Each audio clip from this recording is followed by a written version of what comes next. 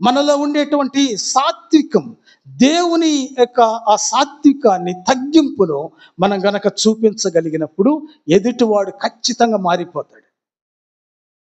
అతడు ఎంత మరి హానికరుడైనప్పటికీ కూడా సౌలు ఆయన అంటాడు, తన తప్పుని తాను తెలుసుకున్నాడు. దావీదేం గొప్పగా చెప్పుకోట్లా, నేను గొల్యాతుని చంపాను కదా, నేను మహారాజుగా నేను అభిషేకించబడుతున్నాను కదా అని చెప్పుకోట్లా. తను తాను ఆయన అక్కడ తగ్గించుకుంటున్నాడు. సౌలుని ఆయన గొప్పగానే చూస్తున్నాడు, రాజుగానే చూస్తున్నాడు.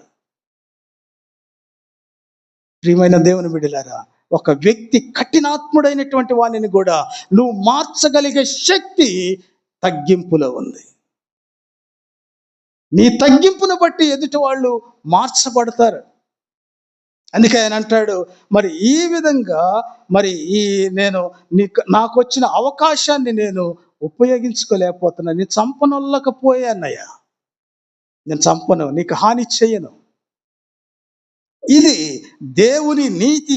అయితే ఇక్కడ దావీదు ఏమంటున్నాడంటే చూడండి, ఆయన చెప్పినటువంటి ఈ మాట 23వ వచనం, యెహోవా ఈ దినమున నిన్ను నాకు అప్పగించినను, నేను యెహోవా చేత అభిషేకము నొందిన వానిని చంపనొల్లకపోయినందున ఆయన నా నీతిని, నా విశ్వాస్యతను చూచి నాకు ప్రతిఫలము, నా ముందు గొప్ప ఆశీర్వాదం ఒకటి ఉంది. మహారాజుగా నేను ఉండబోతున్నాను, అది దేవుడికి తెలుసు.